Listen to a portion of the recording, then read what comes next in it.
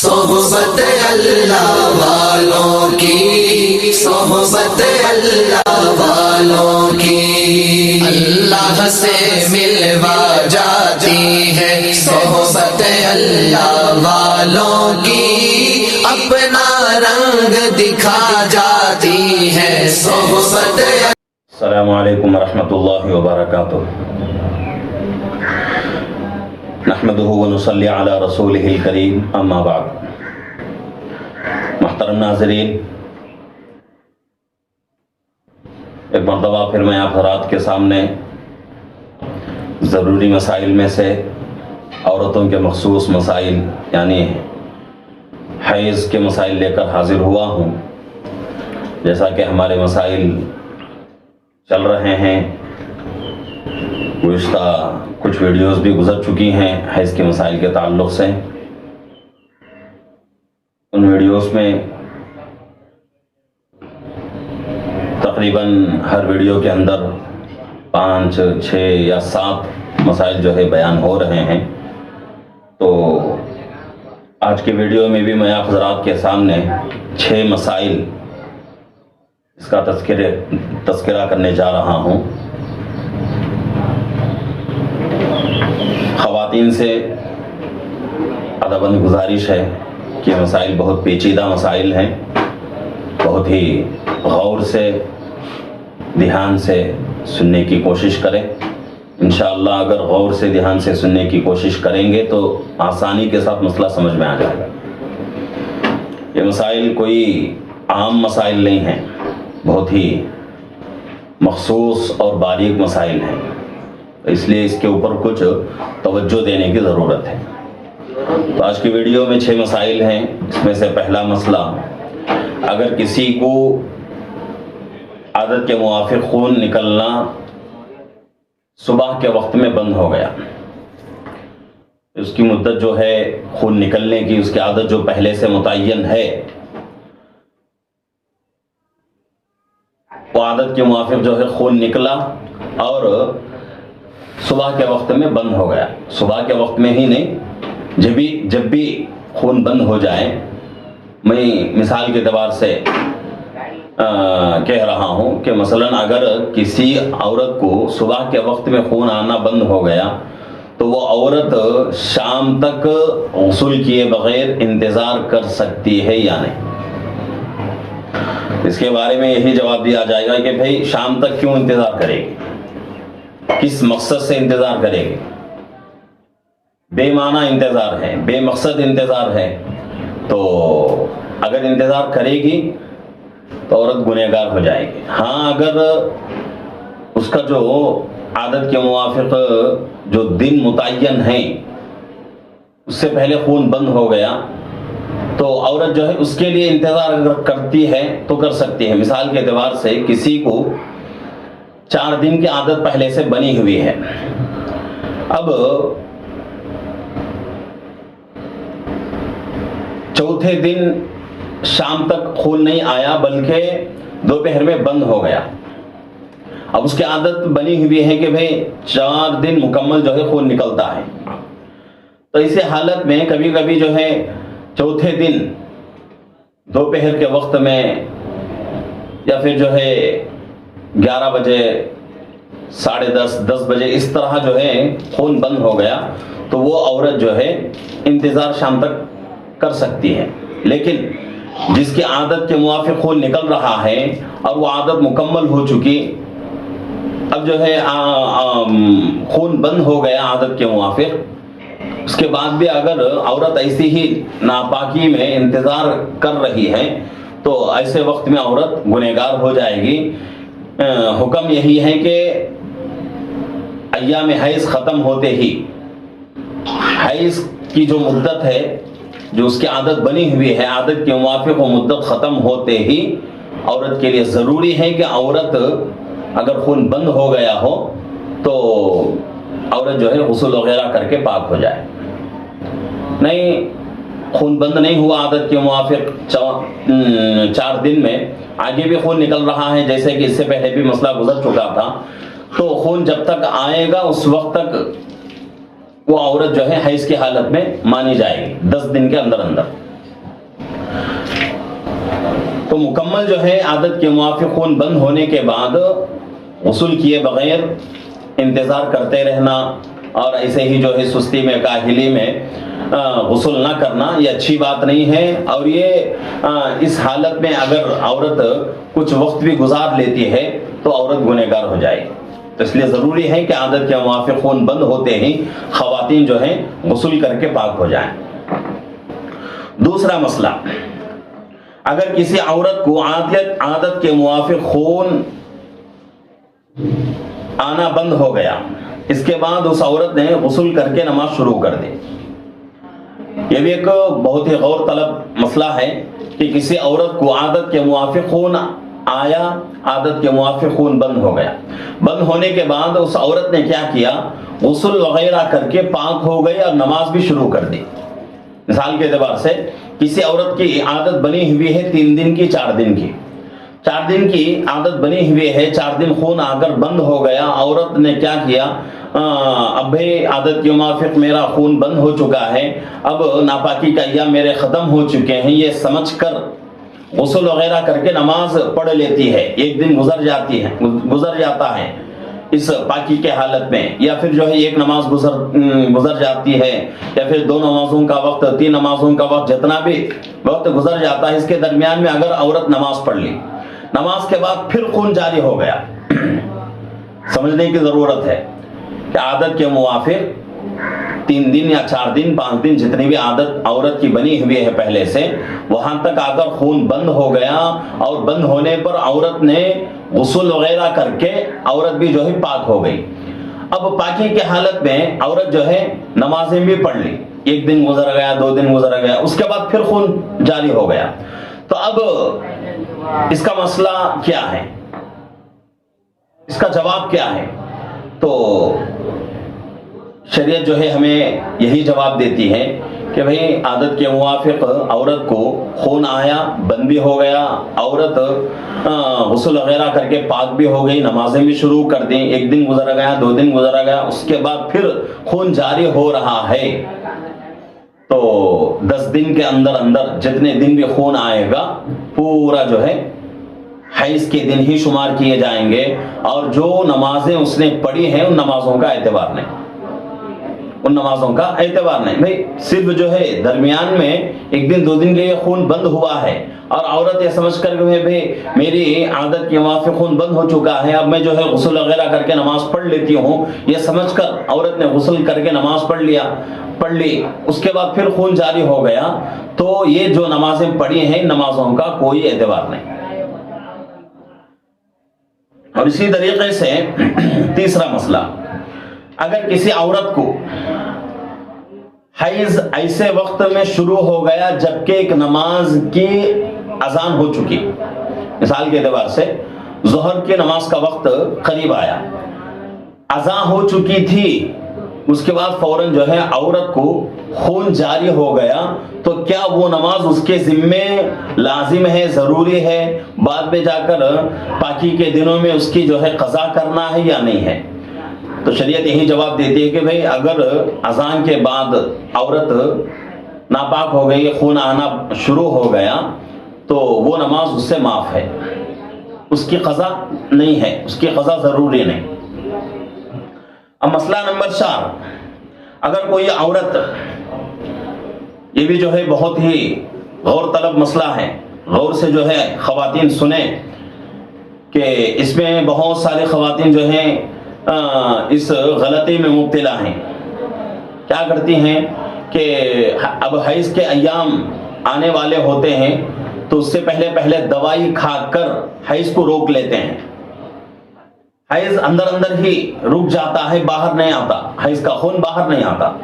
اگر کوئی عورت دوائی کے ذریعے سے اپنا ماہواری کا خون اندر ہی بند کر دیتی ہے، باہر نکلنے نہیں دیتی، اور دوائی کی وجہ سے خون باہر نہیں نکلتا، تو کیا ان ایام میں نماز روزہ معاف ہے یا پھر نماز روزہ کرنا پڑے گا؟ تو اس کے بارے میں جواب دیا جائے گا کہ بھئی نماز روزہ اسی وقت معاف ہے جبکہ خون نظر آئے، خون نکل جائے تو اس وقت معاف. اگر خون نہیں نکل رہا ہے، چاہے انجیکشن کے ذریعے سے ہو، چاہے اور کسی جو ہے دوائی کے ذریعے سے ہو، خون نہیں نکل رہا ہے اندر سے، یعنی بچہ دانی سے خون حیض کا نہیں نکل رہا ہے باہر، تو جب تک خون نظر نہیں آئے گا وہ تمام دن عورت کے پاکی کے دن ہوں گے. ان دنوں کی نمازیں بھی ضروری اور روزے بھی ضروری. لیکن خواتین سے گزارش ہے کہ خواتین یہ غلطی نہ کریں. خواتین حیض کے خون کو اندر ہی روکنے کی غلطی ہرگز نہ کریں.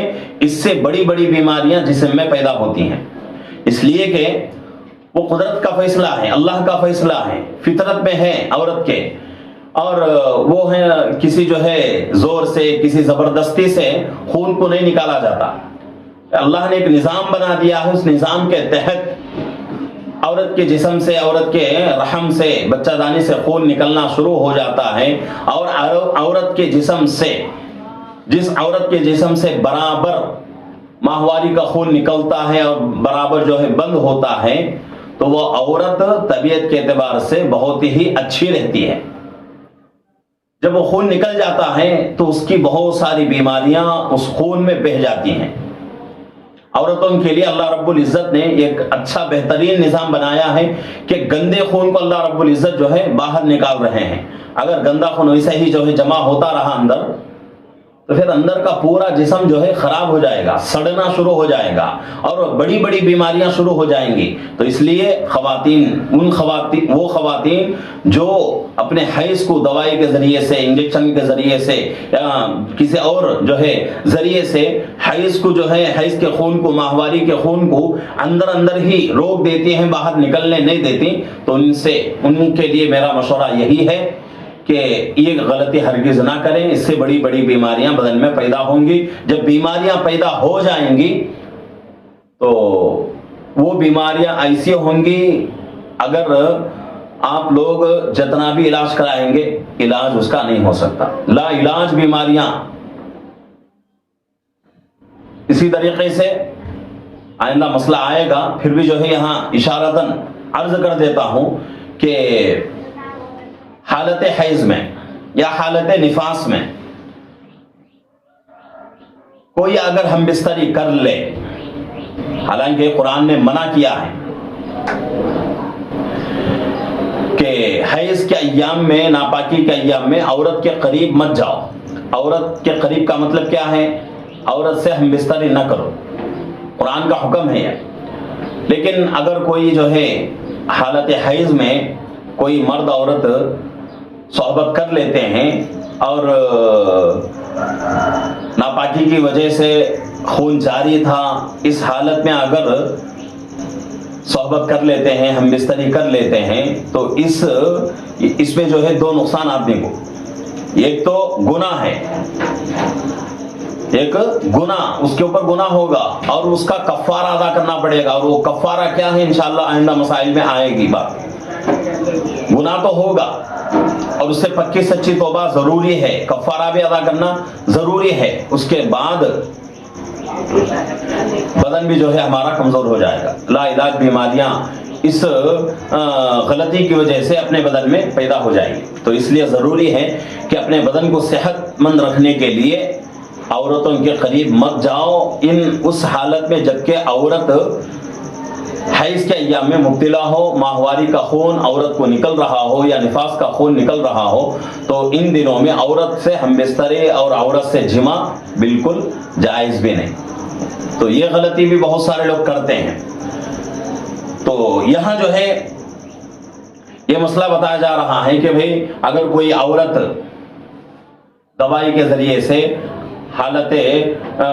دوائی کے ذریعے سے حیض کے خون کو اندر ہی روک دیتی ہے، تو کیا ان ایام حیض میں جو کہ پہلے سے عادت اس کی بنی ہوئی ہے، ان ایام میں، ان تاریخوں میں جو ہے حیض کا خون نکلتا ہے، لیکن اس نے کیا کر دیا، اس حیض کو جو ہے اندر ہی روک دیا دوائی کے ذریعے سے، تو وہ دن آنے پر کیا اس پر نماز روزہ معاف ہے؟ تو اس کا جواب یہی ہے کہ بھئی نماز روزہ تو معاف نہیں. نماز پڑھنا ہی پڑے گا، روزہ بھی رکھنا پڑے گا. کب تک؟ جب تک کہ وہ خون اپنی آنکھوں سے نہ دیکھ لے. یہ ضروری ہے. اب یہ کب ہوتا ہے؟ جبکہ حیض کا خون نکلنے سے پہلے ابھی حیض کا خون نکلنا شروع نہیں ہوا. حیض کا خون، ماہواری کا خون نکلنے سے پہلے عورت اگر دوائی استعمال کر لیتی ہے تب جا کر عورت کے جسم سے وہ ماہواری کا خون نکلنا بند رہتا ہے، اندر ہی وہ خون جو ہے رک جاتا ہے. لیکن اگر خون نکلنے کے بعد عورت جو ہے دوائی استعمال کرتی ہے تو اس کے بارے میں کچھ بحث ہے، اور وہ انشاءاللہ آئندہ جو ہے ویڈیو میں آئے گی بات. اگر یہاں بیان کر دیں گے تو بات جو ہے بہت لمبی ہو جائے گی، آپ لوگوں کے لیے بھی دقت کی، پریشانی کی بات ہو جائے گی. تو اس لیے انشاءاللہ یہ مسئلہ بھی آئندہ ویڈیو میں بیان ہوگا. اب اسی طریقے سے مسئلہ نمبر 5، اگر عورت اپنی شرمگاہ پر گدی رکھنا چاہے تو رکھ سکتی ہے یا نہیں؟ گدی کسے کہتے ہیں؟ کپڑا، یا پھر جو ہے آج کل ایک چیز جو مل رہی ہے عورتوں کی مخصوص چیز ہے، وہ جس کا نام میرے ذہن میں نہیں آ رہا ہے، جیسا کہ چھوٹے بچوں کے لیے پیمپرس ڈالتے ہیں کہ دودھ پیتے بچے جو ہے پیشاب اگر کریں یا پاخانہ کریں تو پیشاب پاخانہ جو ہے اس سے باہر نہیں آتا. تو اسی طریقے سے عورتوں کے لیے بھی ایسی ہی چیز ملتی ہے جس کو جو ہے اردو میں گدی کہتے ہیں. تو کیا عورت اس چیز کا استعمال کر سکتی ہے یا نہیں؟ اس کا جواب یہ ہے کہ بھئی عورت اس چیز کا استعمال کر سکتی ہے، کوئی جو ہے مضائقہ نہیں ہے، اور آرام کے ساتھ یہ چیز عورت استعمال کرے. مسئلہ نمبر 6، اسی کے تعلق سے ایک دوسرا حصہ ہے. عورتیں جو ہیں دو قسم کی، ایک باکرہ عورت ہے اور ایک سیبہ ہے. باکرہ کس کو کہتے ہیں؟ وہ لڑکی جس کی شادی نہیں ہوئی اور جس سے جو ہے ہم بستری کا موقع نہیں آیا، اور جماع کا جو ہے جس کے ساتھ کوئی موقع نہیں آیا، تو اس لڑکی کو باکرہ کہتے ہیں. جس کا پردہ بکارت زائل نہ ہوا ہو اس کو جو ہے باکرہ کہا جاتا ہے. سیبہ کس کو کہتے ہیں؟ جس کا پردہ بکارت زائل ہو چکا ہو، یعنی شادی شدہ عورت، اور وہ عورت جس کے ساتھ جماع کا موقع پیش آ چکا ہو، ہم بستری کا موقع پیش آ چکا ہو، اس عورت کو سیبہ کہتے ہیں. تو گدی رکھنے کے لیے دونوں کے تعلق سے الگ الگ حکم ہے. باکرہ یعنی وہ عورت جس کے ساتھ جماع کا موقع پیش نہیں آیا، شادی نہیں ہوئی، ہم بستری نہیں ہوئی، اس لڑکی کے لیے مستحب یہی ہے کہ ایام حیض میں، یعنی حیض کے دنوں میں گدی جو ہے اپنی شرمگاہ پر رکھے.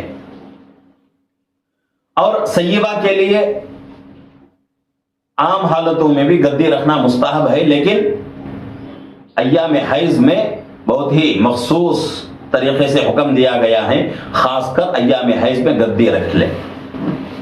عام حالتوں میں بھی گدی رکھ سکتی ہے. کس کے لیے؟ شادی شدہ عورت کے لیے، اس عورت کے لیے جس کا پردہ بکار زائل ہو چکا ہو اور اس کے ساتھ جو ہے ہم بستری اور جماع کا موقع آ چکا ہو، وہ عورت جو ہے ہر حال میں بھی گدی رکھ سکتی ہے. اگر نہیں دوسرے عام حالتوں میں نہیں رکھ سکتی تو کم سے کم مستحب عمل یہی ہے کہ ایام حیض میں گدی ضرور رکھے. اور ایک مسئلہ اس میں یہ ہے، 6 مسئلے تو میں نے کہا تھا، لیکن ایک مسئلہ جو ہے چھوٹا سا مسئلہ ذہن میں آ گیا تو وہ مسئلہ بھی جو ہے بیان کر دیتا ہوں. مسئلہ نمبر 7 یہ ہے کہ عورت جو ہے گدی اگر رکھنا چاہے تو کہاں رکھے؟ شرمگاہ کے باہری حصے میں یا پھر شرمگاہ کے اندر کے حصے میں؟ تو اس کے بارے میں شریعت یہی کہتی ہے کہ بھئی عورت جو ہے گدی اگر رکھنا چاہے تو شرمگاہ کے باہری حصے میں رکھے گی، اندر کے حصے میں نہیں. اندر کے حصے میں گدی کا رکھنا مکروہ ہے، اس سے جو ہے بیماریاں پھیلتی ہیں اور عورت جو ہے بدنی اعتبار سے کمزور ہو جاتی ہے. تو اس لیے حکم یہی ہے کہ گدی اگر رکھنا چاہے عورت تو شرمگاہ کے باہر کے حصے میں رکھے، اندر کے حصے میں رکھنا مکروہ ہے. تو یہ آج جو ہے آج کی ویڈیو میں 7 مسائل ہیں جو کہ میں نے آپ حضرات کے سامنے پیش کی. تو خواتین سے گزارش ہے کہ خواتین جو ہے ان مسائل کو غور سے سننے کی کوشش کریں، اور ایسی بات نہیں کہ بھئی کیا بے شرمی کی باتیں ہو رہی ہیں، کچھ بھی جو ہے شرم نہیں ہے، حیا نہیں ہے، مولوی صاحب جو ہے بہت گندے گندے مسائل بیان کر رہے ہیں. نہیں، ایسی بات نہیں. اس میں کیا شرم کی بات ہے؟ یہ ضروری مسائل ہیں. اور دوسری بات یہ ہے کہ بھئی ہر آدمی عام طور سے ان مسائل کو بیان نہیں کرتا. ہر آدمی کے اندر کچھ نہ کچھ جو ہے حیا ہوتی ہے، شرم ہوتی ہے، اور اس کی وجہ سے جو ہے ہر آدمی جو ہے یہ مسائل بیان نہیں کرتا. اور عورت بھی جو ہے جس کے اندر اور بھی زیادہ شرمیلاپن ہوتا ہے، حیا اور بھی زیادہ رہتی ہے، تو عورت بھی جو ہے کسی سے جو ہے ان مسائل کو جو ہے پوچھتی بھی نہیں. تو اس کی وجہ سے بہت ساری غلطیاں ہم سے ہو جاتی ہیں. ضروری ہے کہ ان مسائل کو جانیں، اور بہت ہی آسان طریقے سے آپ تک جو ہے یہ مسائل پہنچ رہے ہیں.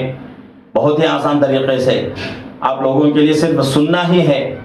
آپ لوگ اگر غور سے سنیں گے تو انشاءاللہ بہت بڑا فائدہ ہوگا آپ کو. بہت سارے جو ہے باریک باریک مسائل سے آپ کی جو ہے واقفیت ہو جائے گی، آپ کے علم میں جو ہے برکت ہو جائے گی. تو اس لیے جو ہے خواتین سے میری گزارش ہے کہ خواتین جو ہے خصوصی طور پر ان مسائل کو جو ہے سننے کی کوشش کریں، دیکھنے کی کوشش کریں.